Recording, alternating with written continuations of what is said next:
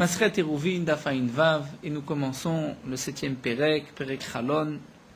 Donc là encore, nous avons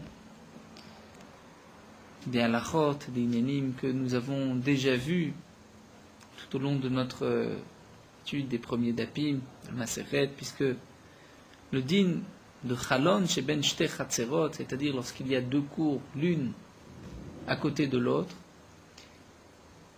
puisque chaque cour a la possibilité de faire un hérouv, comme nous l'avons vu déjà plusieurs fois, dans chaque cour il y a plusieurs maisons qui donnent dans cette cour. Donc lorsqu'il y a 5 habitants dans cette cour, ils ne pourront porter que si les 5 ont fait un hérouv, si les 5 se sont associés à un hérouv, ils pourront porter. Dans le cas où il y a 2 cours, l'une à côté de l'autre, et qu'il y a une porte communicante, on pourra faire un hérouv, chacun séparément, chaque cour à part, ou bien un seul hérouv va associer les 2 cours, et on pourra porter d'une cour à l'autre. Donc dans le cas où il y a une porte, une grande porte, là, on comprend qu'on peut associer les 2 cours. Nous allons voir que même lorsqu'il n'y a qu'une fenêtre, mais une fenêtre qui a une certaine grandeur, qui fait 4 fachim sur 4 fachim, 4 de hauteur sur 4 de largeur, dans ce cas-là, on pourra aussi dire qu'on peut faire 2 hérouv ou bien un hérouv et associer les 2 cours, étant donné qu'il y a une communication entre les deux. Mais s'il y a une plus petite ouverture, dans ce cas-là, on ne pourra pas faire 2 hérouv entre les 2 cours, mais chaque cour fera un hérouv à part un hérouv séparé. Donc là, la Mishnah nous dit Chalon sheben shte chatzerot, une fenêtre qui se trouve entre 2 cours. Donc il y a un mur, et dans ce mur, il y a une fenêtre. Si la fenêtre fait dalet al dalet de 4 sur 4, donc 4 fachim sur 4 fachim, et aussi betor asara, à condition que cette fenêtre soit dans les 10 fachim à partir du sol, à partir du carcasse, c'est-à-dire du niveau de ces 2 chatzerot, on mesurera 10 fachim, et il faut que cette fenêtre soit dans les 10 fachim. Si la fenêtre est au-dessus des 10 fachim, dans ce cas-là, le hérouv ne peut pas se faire entre les 2 cours, on fera un hérouv, chaque cours séparé. Donc là, nous dit la Mishnah, lorsque nous avons une fenêtre de 4 sur 4, et que la fenêtre se trouve dans les 10 fachim, mais arvin shnaim, on peut faire 2 hérouv, chaque cours à part, veimratsu, mais si les 2 le veulent, mais arvin echad, on pourra faire un seul hérouv, et on pourra porter d'une cour à l'autre. Parot mit dalet al dalet, lorsque la fenêtre fait moins de 4 sur 4, et lorsqu'on dit 4 sur 4, c'est-à-dire, c'est vraiment 4 sur 4. On ne peut pas dire si en largeur il y a 5 et en hauteur il y a moins que 4. Peut-être qu'on peut associer la largeur. Il faut qu'il y ait 4 sur 4. Donc lorsqu'il y a moins que 4 sur 4, on les malam asara, ou bien que la fenêtre se trouve à plus de 10 tfachim, dans ce cas-là, marvim shnaim, on pourra faire 2 hérouv, chaque chatser à part, ven marvim echad, mais on ne pourra pas faire un seul hérouv. Et Rachid nous explique pourquoi cette hauteur de 10 tfachim. Rachid nous dit, puisque s'il y avait un kotel, un mur, qui ne faisait que 10 tfachim, nous avons déjà vu plus d'une fois que la mechitza c'est jusqu'à 10 tfachim. Donc s'il y avait un kotel, un mur, jusqu'à 10 tfachim, on considère que c'est une mechitza et que les 2 cours sont séparés. Donc si la fenêtre se trouve au-dessus, ce n'est pas mieux que si le mur s'arrêtait à 10 tfachim. Et dans ce cas-là, lorsque le mur s'arrête, donc on a séparé les 2 cours.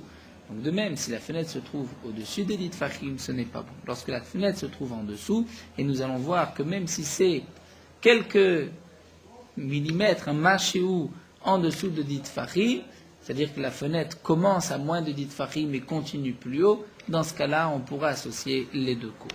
La Gemara nous dit, Limatnan stama ki Rabbi Shimon Gamliel. La Gemara nous dit, on n'a qu'à expliquer, on n'a qu'à dire que notre Mishnah, stama, c'est-à-dire bien que le Tana de cette Mishnah n'a pas été mentionné, c'est certainement comme Rabban Shimon Gamliel. Dama qui a dit, Kol pachot midalet kelevud dame. Nous avons vu dans le premier Perek, dans Daftet, cette marloquette entre Rabban Shimon Gamliel et les Chachamim, est-ce que le lavoud est de 4 tfachim ou 3 tfachim? C'est-à-dire le lavoud, lorsqu'il y a, par exemple, un mur qui ne commence qu'à partir de 4 tfachim du niveau du sol, est-ce qu'on peut dire que la voûte, c'est comme si on a rajouté, comme si on a fermé jusqu'en bas. C'est bien sûr une halakha le Moshe Sinai, le principe de la voûte. D'après Rabban Shimon Gamliel, jusqu'à 4 tfachim, on peut considérer comme si c'est fermé. De même pour la souka, on pourra dire aussi les mêmes dinim de la voûte jusqu'à 4 tfachim. Donc puisqu'ici, nous voyons qu'une fenêtre ne commence que 4 sur 4, c'est peut-être comme Rabban Shimon Gamliel qui a dit que la voûte, c'est jusqu'à 4. Donc s'il y a moins que 4, on va dire que la fenêtre est fermée.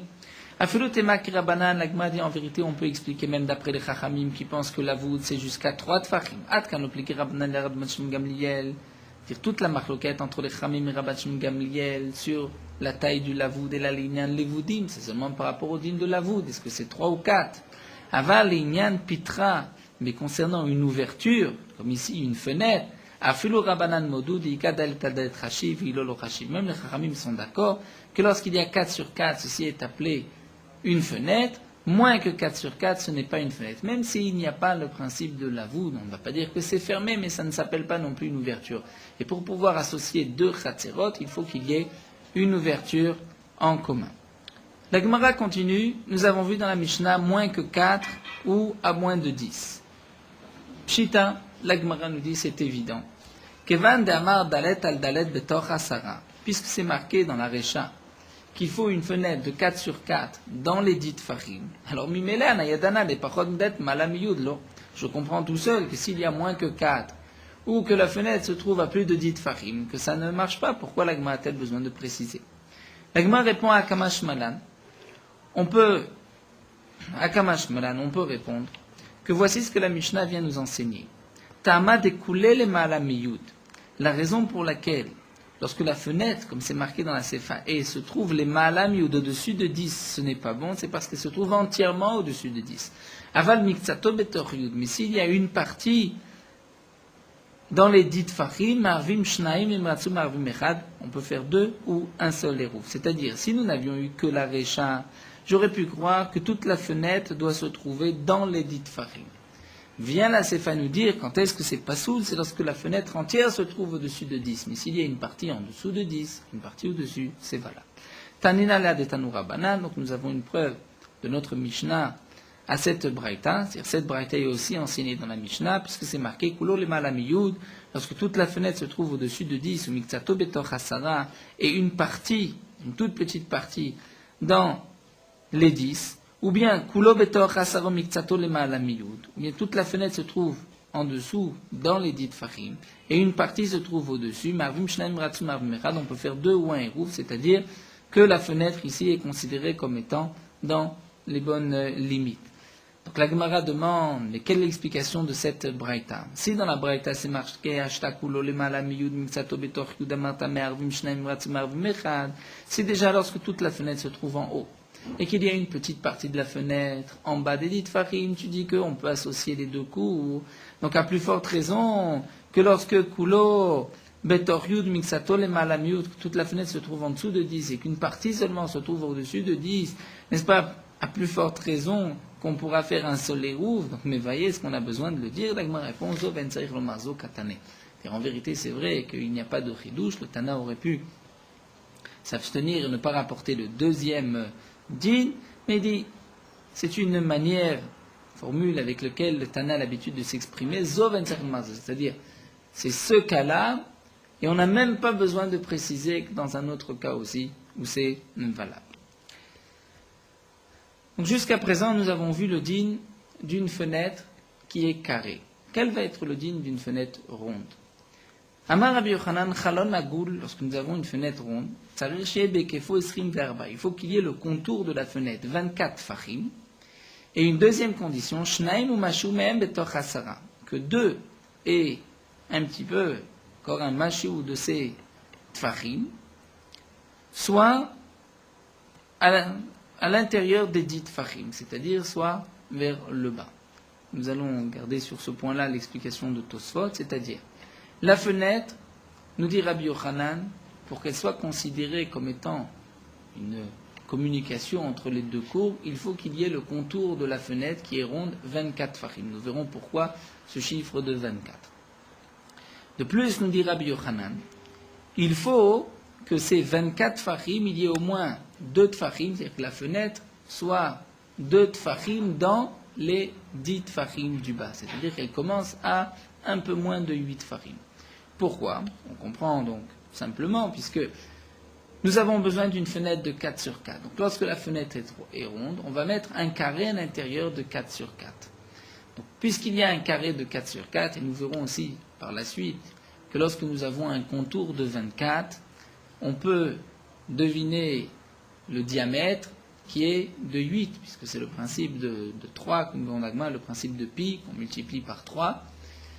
Donc lorsque le diamètre fait 8, donc nous avons en vérité le carré au milieu qui est de 4 sur 4, 2 en bas et 2 en haut.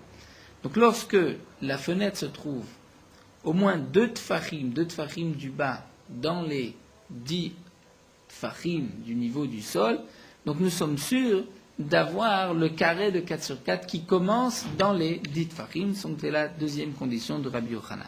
Donc Rabbi Yochanan nous dit pour une fenêtre ronde, il faut qu'il y ait un contour de 24 tfachim et aussi qu'il y ait 2 tfachim et un machou qui soit dans les 10 tfachim, et donc on est sûr que la fenêtre qui se trouve donc à l'intérieur, le carré de 4 sur 4 qui se trouve à l'intérieur se trouve en dessous de 10.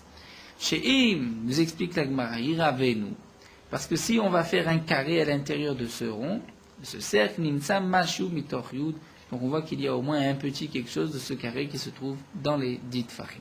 Alors la Gemara va nous expliquer pourquoi nous avons besoin d'un tel contour de 24 tfachim. Mirde demande la Gemara, Kol Sheshbe Kefo Shlosha Tfachim, Yeshbo Berochvot Tefach. Nous avons appris dans le premier Pérec avec le Yam Shel Shlomo, que lorsqu'il y a un diamètre de 1 tefach, il y a un contour de 3 tfachim. Donc si c'est ainsi, là nous avons besoin d'un diamètre de 4 tfachim. Donc on multiplie par 3, à peu près 3, donc nous avons 12 tfachim, un contour de 12 tfachim. 12 et un petit, l'agma prend 12, on arrondit à 3.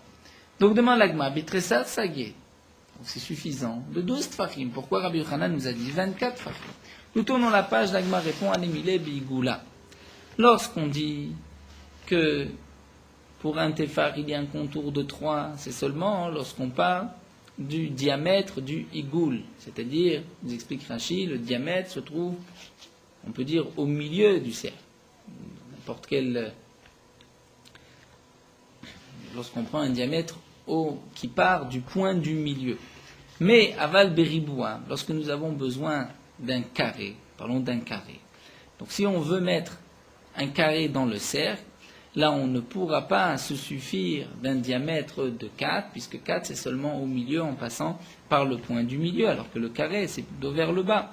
Donc Baïnan fait, on a besoin de plus, donc puisqu'on a besoin de plus, on est arrivé à 24. Mais la Gemara demande, nous avons aussi notre règle, une règle mathématique, Mirde Kama Meruba Yeter ala Igoul, Revia, combien le carré est plus que le igoul, que le rond? Il est plus d'un quart. Et lorsque nous avons un carré, et que, nous allons voir la Gemara, nous expliquer qu'on fait un cercle au milieu de ce carré, donc le carré a un quart de plus que le cercle. Donc si c'est ainsi, si nous avons en vérité, jusqu'à présent nous avons parlé d'un cercle de 4, donc on a voulu dire peut-être que lorsque le contour fait 12, c'est suffisant. La Gemara dit, mais nous avons besoin d'un carré. La Gemara dit, tu n'as qu'à rajouter encore un quart, et donc nous arrivons à 16, c'est-à-dire un quart de la somme que nous allons obtenir, qui est en vérité 1000 bars, donc c'est en vérité un tiers mis les gaves de l'intérieur de ces 12. Donc, Beshitsa Sagi, on devrait se suffire de 16. Alors la Gemara répond à Nemili Igoula Denafik Migoriboua. Ce calcul est juste lorsque nous avons un carré et que nous allons faire un cercle à l'intérieur de ce carré. Donc là, on va enlever un quart, c'est-à-dire la différence entre le carré et le cercle est d'un quart. Aval Riboua Denafik Migorigoula. Mais dans le cas contraire, où nous avons un carré et qu'on va faire un cercle autour de ce carré, Baïnant fait, on a besoin de plus. Pourquoi? Maïtama, Mishum Murshad et Karnata.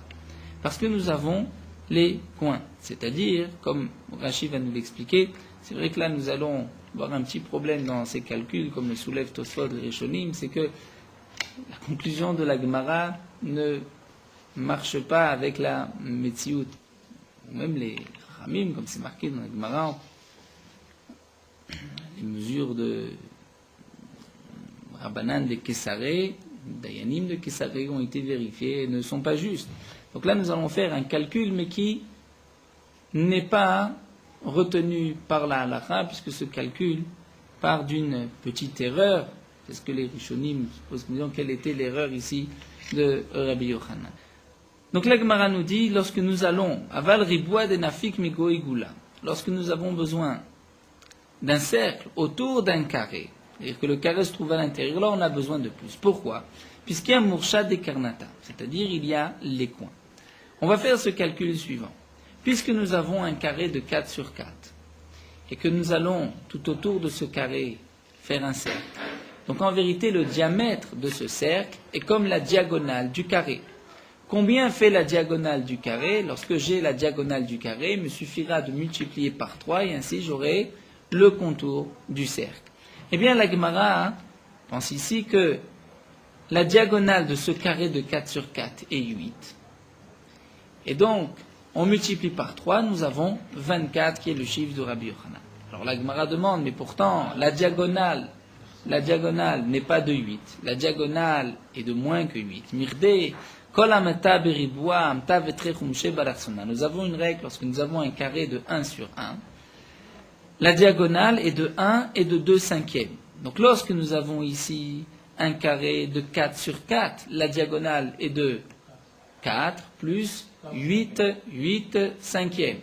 8 cinquièmes, nous avons en vérité 5 et 3 cinquièmes.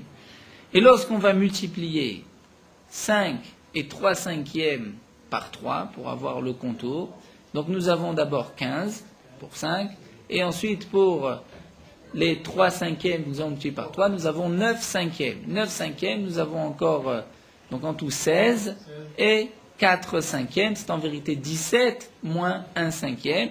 Et donc c'est ce que demande la Gemara, Beshifsa Nerichum Shasage.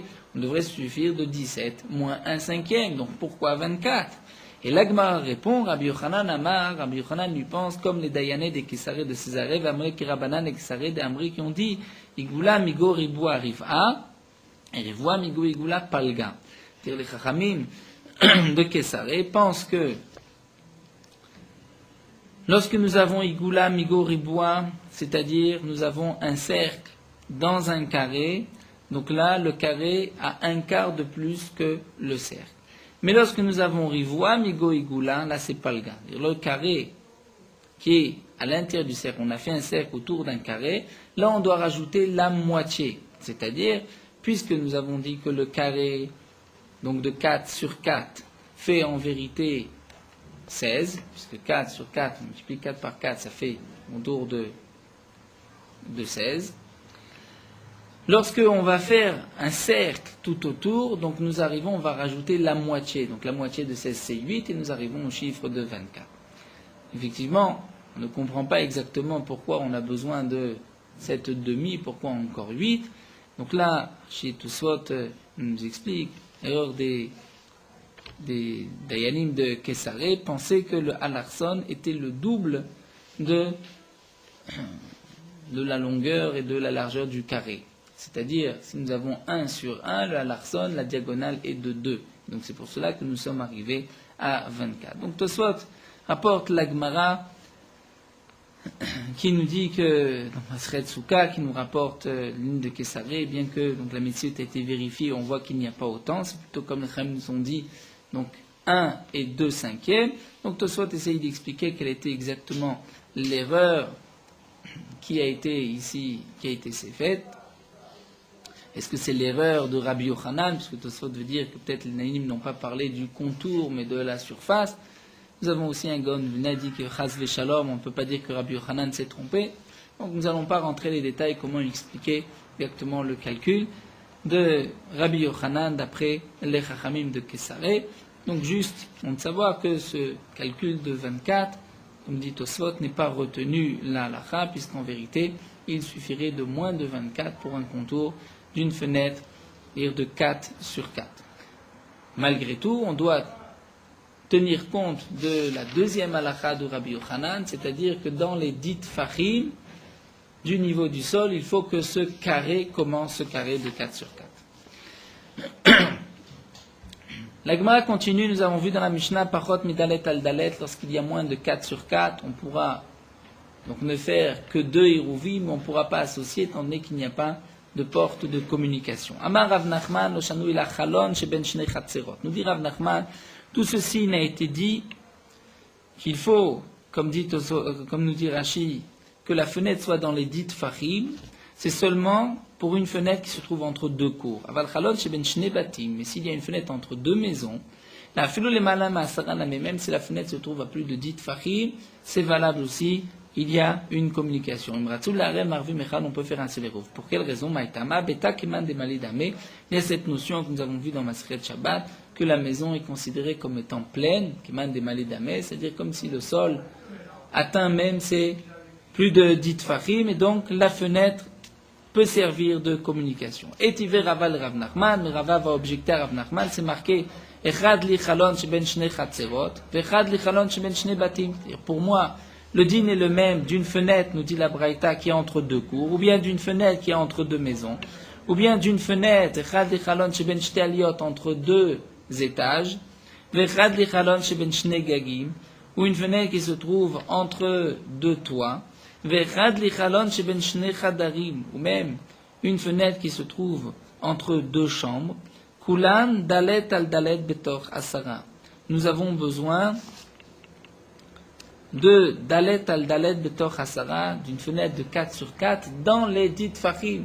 Donc on voit, au contraire de cette braïta, que même dans une maison, une fenêtre entre 2 maisons, il y a aussi cette condition que la fenêtre soit en dessous de 10.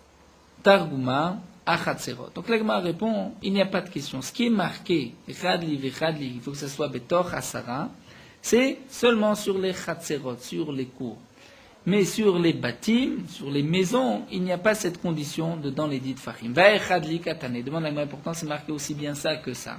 Il me répond Targuma dalet al dalet. Pour le din de la fenêtre de 4 sur 4, le din est le même partout, que ce soit entre 2 maisons, ou entre 2 cours, ou entre 2 étages. Mais si c'est entre 2 maisons, il n'y a pas cette condition des dites fahim.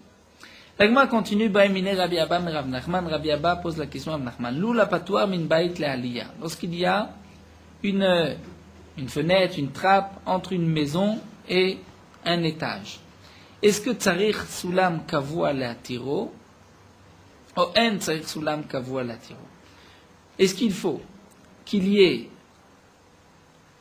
dans cette fenêtre une échelle fixe pour pouvoir permettre, pour qu'on puisse dire qu'il y ait une communication entre la maison du bas et l'étage, ou bien on n'a pas besoin de fenêtre. Nous avons vu, Rashi nous rapporte l'agma dans le Perek Etzad Mervim, que lorsqu'il y a une échelle, cette échelle est considérée comme étant une porte, puisqu'on peut facilement y monter. Donc de même, lorsque nous avons une maison et nous avons un étage, donc une chambre et un étage, il y a une fenêtre, donc on pourrait faire un hérou et dire que le tout est une seule maison. Mais faut-il un soulam? Est-ce qu'il faut une échelle ou pas? Est-ce que Kiamrinan Beta Kimande Maledame, ce principe que nous avons dit auparavant, que la maison est Kimande Maledame comme si elle est pleine, et donc nous avons voulu dire au départ, c'est ce que Rav Nachman avait dit, que lorsque entre 2 maisons, il y a une fenêtre à plus de 10 tfachim, ce n'est pas grave. Pourquoi? Puisqu'on considère que la maison est remplie. Est-ce que un Emile Minatzat aussi va se dire seulement sur un mur qui se trouve sur le côté, aval ben salom et au milieu de la pièce, lorsqu'il y a au milieu de la pièce une trappe, une fenêtre, on ne dira pas, et donc il faut une échelle. Odilma loshena, ou peut-être qu'il n'y a pas de différence, on pourra dire aussi qu'eman démalé, donc nous n'avons pas besoin d'échelle. Amarle, il a répondu à notre sarich, nous n'avons pas besoin d'échelle. Savon miné, donc lui pensait, nous n'avons pas besoin d'échelle, mais Soulam Kavua ou Netzer, nous n'avons pas besoin d'une échelle fixe, une sorte d'escalier. À Soulam Araï, mais une petite échelle, Araï, c'est-à-dire qui est mise et enlevée, peut-être que la Tsarir, on en a besoin. Itmar, l'Agmar rapporte qu'Amar Rav Yosef Bar Minyoumé, Amar Rav Nachman, Echad Soulam Kavua, Echad Soulam Araï, nous n'avons besoin ni d'une échelle fixe, d'une échelle provisoire, étant donné qu'il y a une trappe, une fenêtre de 4 sur 4, donc on pourra associer la maison et le toit, l'étage qui se trouve au-dessus, par l'intermédiaire d'un hérouv, comme le cas de deux chatzerot ou de deux maisons. Nous allons commencer la Mishnah suivante, où la Mishnah nous dit aussi Kotel sheben shnei chatzerot. Il y a un mur entre deux cours.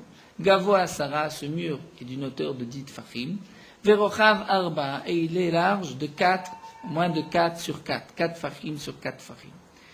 Donc nous avons déjà vu dans Masechet Shabbat, Masechet Eruvin, quel est le statut de ce mur, c'est-à-dire la surface plate au-dessus du mur, puisque le mur est haut de 10 tfachim et qu'il est large de 4 sur 4, c'est un reshut hayachid, un domaine privé. Ce kotel se trouve entre deux cours. Donc, puisque le kotel, le mur, vient séparer les deux cours, Mervim Shnaim vers Mervim Echad, on devra faire deux hérouv. On ne pourra pas suffire d'un seul hérouv, on ne pourra pas associer les deux cours, puisqu'il y a un mur de 10 tfachim qui les sépare. En vérité, nous dit Rashi, même si le mur n'est pas aussi épais, la méritza de 10 tfachim va séparer les deux chatzerot, les deux cours. Mais pourquoi nous parlons d'un mur épais? C'est pour la suite de cette Mishnah. Dans la Mishnah, c'est marqué Hayu berosho perot. Dans le cas où il y a des fruits qui sont posés sur le mur en haut, et donc nous avons dit que le mur a le statut d'un domaine privé, reshut hayachid, elu olim mikan veochlim, ve'elu olim mikan veochlim. Donc ceux qui sont de la cour de droite pourront monter et manger sur le mur ces fruits, et ceux de la cour de gauche pourront aussi manger, mais attention, bilvat shelu yoridu les matins. Mais ils n'ont pas le droit de descendre les fruits de ce mur vers la cour, puisque le mur a un reshut, un statut à part, un statut particulier, puisque c'est un reshut hayachid, il ne fait pas partie d'aucune cour. Donc on peut monter et manger sur place, mais on ne peut pas descendre les fruits. Nifretza kotel. Lorsqu'il y a une brèche dans le mur, Adeseramot mervim. Tant que la brèche n'est pas de plus de 10 amot, donc jusqu'à 10 amot, nous avons vu dans le premier pérec que la pirza jusqu'à 10 amot est considérée comme une entrée. La brèche jusqu'à 10 amot est une entrée, ce n'est pas que le mur s'est entièrement écroulé. Donc là, marvim shnaim, ratsu marvim echad, on peut faire ou deux hérouvim, ou bien un seul hérouv, puisqu'il y a quand même deux chatzerot. On peut faire deux, ou bien un seul pour les deux. Mneshu kepetar, puisque c'est comme une entrée. Yoter mikan, lorsque la brèche est de plus de 10 amot, marvim echad ven marvim shnaim. À ce moment-là, les deux cours ne forment qu'une seule cour, il faudra faire un hérouv ensemble, et on ne pourra pas faire deux hérouvim. Et si une partie de ceux qui sont dans cette cour, dans l'une des cours, ne sont pas associés, donc même les habitants de l'autre cour ne pourront pas porter. La Gemara nous dit En bo arba amai. Nous avons vu le digne de ce mur lorsque les fruits se trouvent au-dessus du mur qui fait 10 tfachim et qui est large de 4 tfachim, donc il y a un domaine à part. Nous avons vu qu'on peut monter et manger les fruits sur place, mais ne pas les descendre. La Gemara demande, lorsque le mur n'est pas large de 4 tfachim, quel est le din? Est-ce qu'on peut descendre les fruits ou pas? Amarav, avir, shte reshuyot sholetedbo. Rav nous dit, dans ce cas-là, le mur dépend un peu des deux chatzerot. Les deux chatzerot ont une prise sur ce mur-là, et loyazizbo afilu melonima, on n'a pas le droit de bouger un fruit même d'un cheveu. Ça, c'est ce que pense Rav. Et comme Rashi nous l'explique, étant donné que le mur n'est pas de 4 tfachim, donc il n'est pas un reshut important, un reshut à part, et donc puisqu'il n'est pas un reshut à part, donc il va être annulé aux deux chatzerot, aux deux cours qui se trouvent à côté, et donc l'un interdira à l'autre de porter même au-dessus de ce mur. Et nous continuons encore quelques lignes d'Afaïn Zain, de Rabbi Yochanan Amar, Elu ma'alim mikan v'ochlim, ve'elu ma'alim mikan v'ochlim. Rabbi Yochanan nous dit plus encore. Étant donné qu'il n'y a pas 4 tfachim, donc ceux de la cour de droite pourront prendre des fruits, les monter et les manger là-haut, et ceux de la cour de gauche pourront aussi ma'alim mikan v'ochlim, monter des fruits et les manger. Rashi nous dit, de même, ils pourront aussi les descendre. Pourquoi? Étant donné que le mur fait plus de 10 tfachim, et qu'il n'y a pas 4 tfachim, donc c'est ce que nous appelons un makom ptor, un endroit patour, donc on peut monter et descendre des fruits, il n'y a pas de problème de hotsa'a. Donc la marloquette ici entre Rav et Rabbi Yochanan, c'est de savoir, étant donné que le mur n'est pas un reshut en soi, est-ce qu'il est annulé aux deux chatzerot ou bien il n'est pas annulé, c'est un makom tor et on pourra porter d'une cour à l'autre.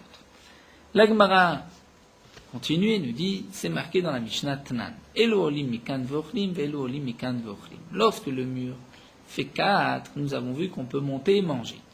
Donc olim in, ma'alim lo. On voit qu'on peut monter, manger sur place, mais on ne peut pas ma'alim monter un fruit là-haut. Donc la question est sur Rabbi Yochanan, comme l'explique Tosfot. C'est vrai que Rabbi Yochanan nous parle dans un cas où il n'y a pas 4 tfachim, mais Tosfot nous explique, la Gemara pensait que la raison de Rabbi Yochanan, c'est parce qu'on n'a pas l'habitude d'utiliser ce mur. Et donc puisqu'on n'a pas l'habitude d'utiliser le mur, donc les deux cours ne vont pas interdire l'un à l'autre. Et donc si c'est ainsi, même lorsque le mur fait 4 tfachim, puisqu'il a une hauteur de 10, généralement on ne peut pas facilement utiliser cette surface, la hauteur du mur, donc on pensait que c'était là la même raison de Rabbi Yochanan. D'après Rabbi Yochanan, il n'y a pas de différence entre 4 et moins que 4. Donc la Gemara demande, on voit que lorsque c'est 4, on ne peut pas monter de fruits. Alors la Gemara répond qu'effectivement, il y a une différence à Chikama. Lorsque le mur fait 4 sur 4, donc on peut monter, manger sur place, mais on ne peut pas monter des fruits. Ça c'est le din de Rabbi Yochanan, lorsque le mur ne fait pas 4 sur 4, on peut aussi monter des fruits.